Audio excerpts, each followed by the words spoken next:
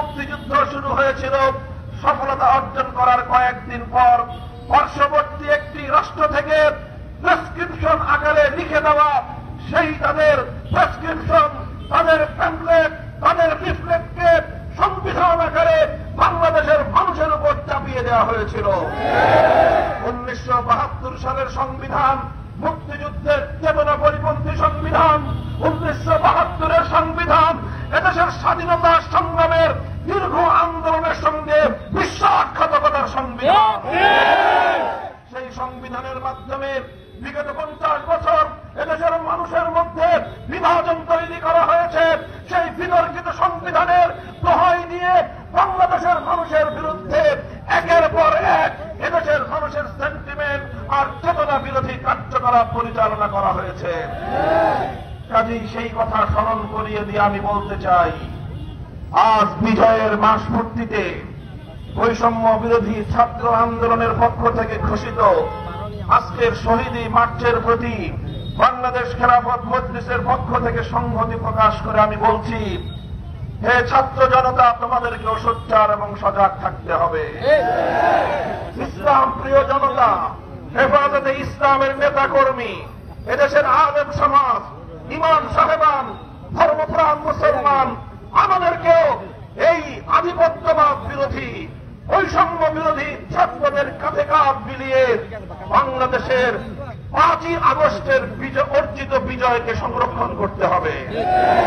মনে রাখতে হবে, আবার 1971-এর মতো আমাদের এই দ্বিতীয় স্বাধীনতাকে ছিনতাই করার জন্য একটি কুচক্রী মহল উঠে পড়ে লেগেছে। তারা আবার এই সুযোগে নতুন করে বাংলাদেশকে ইসলাম বিরোধী ধারায় পরিচালিত করবার পায়তারা চালাচ্ছে। ট্রান্সজেন্ডার সহ পশ্চিমা বিশ্বের অসভ্য অশ্লীল বিভিন্ন কার্যকলাপ আমাদের শিক্ষা ব্যবস্থায় প্রবিষ্ট করে বাংলাদেশে একটি নাস্তিক্যবাদী প্রজন্ম গড়ে তোলবার পায়তারা চালানো হচ্ছে। আমরা দেখেছি আগস্ট বিপ্লবের বৈশিষ্ট্য ছিল এ জাতির মধ্যে একটি অভূতপূর্ব ঐক্য এবং সমন্বয় গড়ে উঠেছিল। স্কুল কলেজের ছেলেরা, ইউনিভার্সিটির ছাত্ররা, পাশাপাশি মাদ্রাসার ছাত্ররা টেকনাফ থেকে তেঁতুলিয়ায় সকল ভেদাভেদের দেয়াল গুড়িয়ে দিয়ে ঐক্যের একটি প্ল্যাটফর্ম তৈরি করেছিল। এই ঐক্যই আগস্ট বিপ্লবের ভিত রচনা করে দিয়েছিল। কাজেই আমাদেরকে সতর্ক থাকতে হবে। বিগত 50 বছর এই পতিত স্বৈরাচারী শেখ হাসিনার রাজনীতিটাকে যদি আমরা একটু গভীরভাবে বুঝবার চেষ্টা করি, তাহলে দেখব শেখ হাসিনার রাজনীতির প্রধান দুটি বৈশিষ্ট্য ছিল। 1 নম্বর ছিল প্রতিশোধের রাজনীতি, 2 নম্বর ছিল বিভাজনের রাজনীতি। 1975 সালে শেখ হাসিনার বাবাকে বাকশাল গঠনের কারণে এবং 30,000 মায়ের বুক খালি করে 30,000 যুবককে খুন হত্যা করার কারণে এদেশের মানুষ ফুঁসে উঠে 1975 সালের আগস্টের অভ্যুত্থান করেছিল। এই 15ই আগস্ট অনেক নিরপরাধ মানুষ, নারী, শিশু হত্যা হয়েছে। সেই হত্যাকাণ্ডের সমবেদনা আমরা প্রকাশ করি, কিন্তু তার অর্থ এই নয় যে বাকশাল কায়েমের বৈধতা বাংলাদেশের মানুষ দিয়ে দিয়েছিল। তার বাবার 3.5 বছরের জুলুম এবং নির্যাতনের পরিণামেই 15ই আগস্ট ঘটিত হয়েছিল।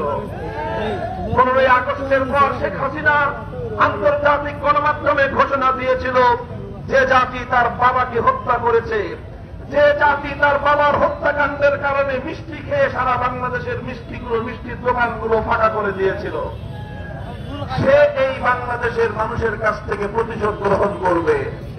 এটা ছিল শেখ হাসিনার 1975 সালের ঘোষণা।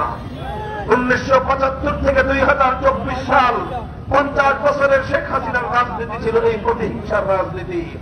যে দেশের মানুষ তার বাবাকে হত্যা করার পর দুঃখ প্রকাশ করেনি, সে দেশের মানুষের কাছ থেকে শেখ হাসিনা প্রতিশোধ গ্রহণ করেছে। সে দেশের মানুষকে ভারতের সেবা দাসার গোলামে পরিণত করার চেষ্টা করেছে। সে দেশের মানুষকে, সে দেশটাকে তলাবিহীন ঝুড়িতে পরিণত করবার চেষ্টা করেছে। এই দেশ থেকে হাজার হাজার কোটি, লক্ষ লক্ষ কোটি টাকা পাচার করে এদেশের অর্থনীতিকে ধসিয়ে দিয়ে তলাবিহীন ঝুড়িতে পরিণত করার চেষ্টা করেছে।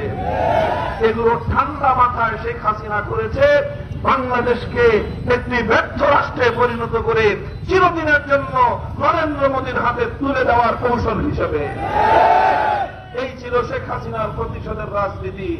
শেখ হাসিনার রাজনীতি ছিল বিভাজনের রাজনীতি। নানাভাবে বাংলাদেশে সাবোটাজ ঘটিয়ে সংখ্যালঘু হিন্দু বৌদ্ধদের উপাসনালয় তাদের